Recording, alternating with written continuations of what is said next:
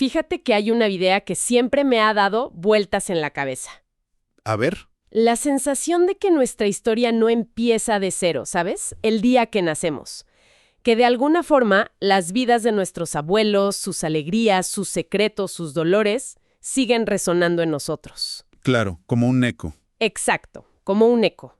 Y hoy vamos a entrarle de lleno a esa idea, usando como mapa un libro que es, por decirlo menos, provocador. Es La epigenética y las constelaciones familiares, del doctor Ricardo Druso Vargas Herrera. Uf, es un libro que se atreve a construir un puente entre dos mundos que, a primera vista, parecerían, pues, que no tienen nada que ver. Totalmente. Por un lado tienes la epigenética, que es biología molecular, ciencia dura y pura, y que está revolucionando lo que entendemos por herencia. Ajá. Y por el otro, las constelaciones familiares. Una herramienta terapéutica que para mucha gente roza lo espiritual o hasta lo inexplicable. Exacto. Es como si juntaras a un genetista de laboratorio con un chamán y en lugar de pelearse, Se pusieran a colaborar. se pusieran a colaborar. La misión de hoy es justo esa, recorrer ese puente que propone el libro. Queremos entender si es una estructura sólida, si de verdad la ciencia puede empezar a explicar los fenómenos que esta terapia ha observado por décadas. O si es solo una hipótesis fascinante. Justo. Estamos listas para ver qué tan profundo es este tema. Venga. A ver, para entender el argumento central, creo que tenemos que empezar por la parte más, la que a muchos les suena más rara, ¿no? Las constelaciones familiares. Sí, es buena idea empezar por ahí. Es que la descripción de la práctica suena casi a ciencia ficción. Poner a un grupo de extraños en una sala para que representen a tu familia y de repente estas personas empiezan a sentir cosas, a tener impulsos que revelan secretos de tu bisabuelo. O sea, ¿cómo se supone que funciona eso? Esa es la pregunta clave, y es la razón por la que genera tanto escepticismo como fascinación. Es un método fenomenológico, lo que significa que no se enfoca en el por qué, sino en el qué emerge. Ok, en lo que pasa ahí, en el momento. Exacto. Lo que su desarrollador, Bert Hellinger, observó tras décadas de trabajo es que los sistemas familiares parecen regirse por ciertas leyes invisibles, que él llamó los órdenes del amor. Órdenes del amor. Suena muy poético. Sí, pero no son reglas morales, ¿eh? Son más como principios sistémicos, como las leyes de la física que rigen un ecosistema, ¿sabes? A ver, ¿y cuáles son esos órdenes? El primero y el más fundamental es el de la pertenencia. Dice que cada miembro de un sistema familiar tiene un derecho, digamos, inquebrantable a pertenecer. ¿Cada miembro? Cada miembro. Cuando alguien es excluido, ya sea un bebé que no nació, una pareja anterior de un abuelo, alguien que tuvo un destino trágico o vergonzoso, el sistema familiar se desequilibra. Es como si quedara un hueco. Y el sistema busca llenarlo. El sistema, por una especie de lealtad invisible, buscará llenar ese vacío en generaciones futuras. Órale. O sea que, según esta teoría, una injusticia familiar, como ignorar a un hijo o borrar a alguien de la historia, no se olvida así nada más, No, para nada. sino que el sistema mismo, casi como un organismo vivo, busca una forma de recordarlo a través de un descendiente. Suena casi una especie de karma familiar. Se le puede ver así, sí. Un miembro posterior de la familia, sin saberlo, puede empezar a repetir el destino de ese excluido o a cargar con una tristeza o una rabia que no le pertenece. Como una forma de decir, yo te veo. Exactamente. Yo te veo. Los otros dos órdenes se derivan de este, el de jerarquía, que dice que los que llegaron antes tienen prioridad y que los padres dan y los hijos reciben. Ah, claro, cuando un hijo trata de salvar a sus papás. Justo. Ahí se invierte el flujo y se carga un peso que no le corresponde.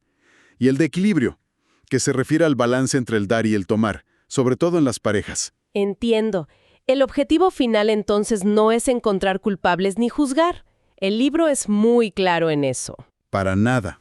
Se trata de mirar lo que fue, por doloroso que sea, para que cada quien ocupe su lugar con dignidad.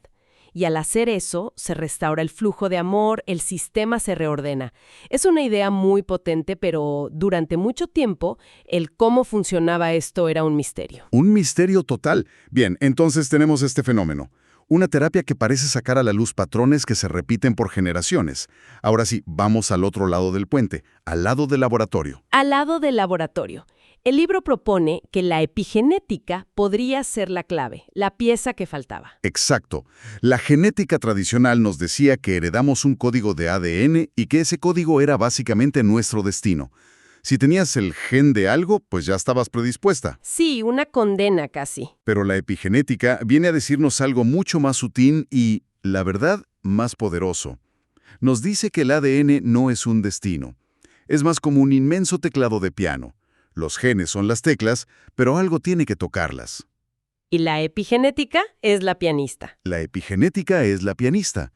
Estudia los mecanismos que, sin cambiar las teclas, o sea, sin cambiar el código de ADN, deciden qué canción se va a tocar, qué genes se activan y cuáles se silencian. Me encanta esa analogía. No cambia la partitura, pero sí la interpretación. ¿Y cómo lo hace? ¿Cómo toca esas teclas? Bueno, el mecanismo más conocido y que el libro detalla muy bien es la metilación del ADN. Metilación. Imagínate que a ciertas teclas de ese piano se les puede poner una pequeña marca química, un grupo metilo. Esa marca actúa como un silenciador. El gen sigue ahí, intacto, pero la célula ya no puede leerlo. Es como ponerle un post-it que dice ignorar. Justo así. Y lo más increíble es que factores como la dieta, el estrés crónico, la exposición a toxinas o las experiencias traumáticas pueden poner o quitar esas marcas. O sea, no es algo fijo. No es fijo.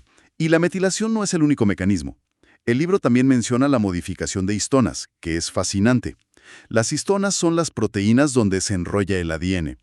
Cambiar su forma es como apretar o aflojar ese empaque, y eso hace que ciertos genes sean más fáciles o más difíciles de leer. Espera, esto es brutal. O sea que las experiencias de vida de una persona pueden dejar marcas químicas reales, físicas, en su ADN. Reales y medibles. ¿Y esas marcas dictan cómo funciona su cuerpo?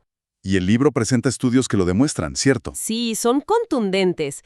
El caso de los ratones agouti es un clásico. Son ratones que son genéticamente idénticos, programados para ser obesos, amarillos y propensos al cáncer. ¿Ok? Un mal panorama para los ratones. Pésimo. Pero si a la madre, durante la gestación, le das una dieta rica en ciertos nutrientes como ácido fólico y vitamina B12, sus crías nacen delgadas, de color café y sanas. ¿Qué? Pero tienen exactamente los mismos genes. Exactamente los mismos. Pero la dieta de la madre añadió esas marcas silenciadoras sobre los genes problemáticos. ¡Qué fuerte! O sea que la comida de la abuela literalmente cambió el color del pelaje y la salud de sus nietos ratones. Pero, ¿y en humanos? El libro lleva esto a un terreno mucho más oscuro. Así es. El trabajo de la neurocientífica Rachel Yehuda con los hijos de sobrevivientes del Holocausto. Uf. Ella encontró que estos descendientes, que nunca vivieron el trauma directamente, tenían marcas epigenéticas particulares en un gen llamado FKBP5. ¿Y qué hace ese gen? Está involucrado en la regulación del cortisol, la hormona del estrés.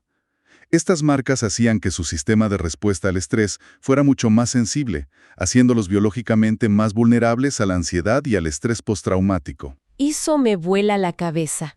Quiere decir que el trauma no es solo una historia que se cuenta o un recuerdo doloroso.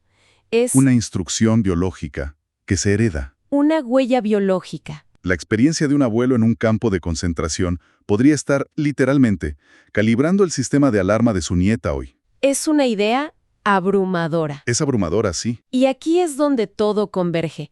Este es el corazón del libro, ¿no? Este es el punto de encuentro. Tenemos, por un lado, las constelaciones que hablan de lealtades invisibles. Y por otro, la epigenética, que nos muestra un mecanismo biológico por el cual la experiencia de una generación puede dejar una huella en la siguiente. Ujú. Entonces, el gran salto que propone el Dr. Vargas Herrera es este. ¿Y si lo que Hellinger llamó alma familiar no es una metáfora? ¿Y si tiene un correlato biológico? ¿Y si la epigenética es el lenguaje molecular a través del cual se escriben esas lealtades en nuestras células? Esa es exactamente la hipótesis central. Claro, que las constelaciones son una herramienta para revelar el qué, el patrón, el enredo, la exclusión. Y la epigenética nos ofrece un posible cómo, el mecanismo de transmisión a nivel celular. Lo que se siente como una carga emocional inexplicable podría ser La manifestación de una herencia epigenética ligada a un trauma no resuelto en el linaje. Para que esto no se quede tan abstracto, el libro usa casos clínicos. Y hay uno que me pareció potentísimo, el de Carlos y su relación con el alcohol. Sí, es un caso muy ilustrativo. Carlos, un hombre de 30 y tantos, exitoso profesionalmente, pero con un patrón destructivo de alcoholismo. Y relaciones fallidas, ¿no? Y relaciones fallidas. En su constelación familiar, lo que emerge con una fuerza tremenda no es la historia de sus padres, sino la de su bisabuelo.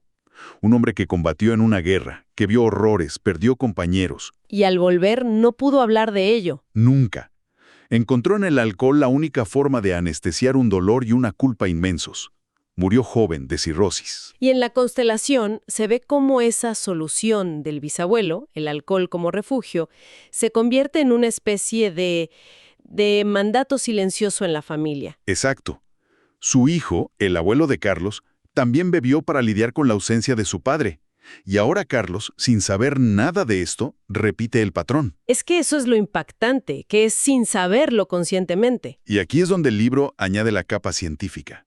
Se le hace un análisis epigenético a Carlos. Ajá. Y se encuentran marcas de metilación significativas en genes asociados a la regulación de la dopamina y la serotonina, que son neurotransmisores clave en la adicción. O sea, no es que tuviera el gen del alcoholismo. No. La propuesta del libro es que tenía una vulnerabilidad epigenética heredada, una predisposición biológica que se activó vinculada a ese trauma original no resuelto del bisabuelo. Ok, ese caso es impactante. Pero seamos críticas un momento, porque aquí a mucha gente le puede hacer ruido. Claro, hay que serlo. ¿Qué tan directa es esa conexión? ¿Es una cadena causal probada o es una correlación muy elegante? Porque uno podría argumentar que el problema de Carlos es por crecer en una familia con historial de alcoholismo. O sea, comportamiento aprendido, no una herencia celular. Fíjate que esa es la pregunta del millón, y el libro no la evade. No lo plantea como un o es esto o es lo otro, sino como un es esto y esto. Ah, ok, se complementan. Claro. La hipótesis más robusta es que la herencia epigenética crea la predisposición, la vulnerabilidad biológica. Es como si el trauma del bisabuelo hubiera bajado el umbral para la adicción en su linaje. Ok. Pero esa vulnerabilidad necesita un entorno para manifestarse. El ambiente familiar, los patrones aprendidos, son el gatillo que dispara la pistola que ya venía cargada biológicamente. No es determinismo, es predisposición. Entiendo. Entonces, el trabajo terapéutico con la constelación no es mágico. Lo que hace es darle a Carlos un contexto, un sentido a su lucha. Le da un porqué. Le permite ver que su adicción no es un fracaso personal, sino el eco de un dolor mucho más antiguo. Y ese entendimiento, esa compasión por su historia y la de su ancestro, es lo que le da la fuerza para empezar a desactivar ese patrón, para reescribir la historia. Esto nos lleva a la pregunta más importante, que puede ser un poco aterradora. Si todo esto es cierto, ¿estamos entonces condenados a repetir los dramas de nuestros antepasados? ¿Somos prisioneros de estas huellas? Exacto.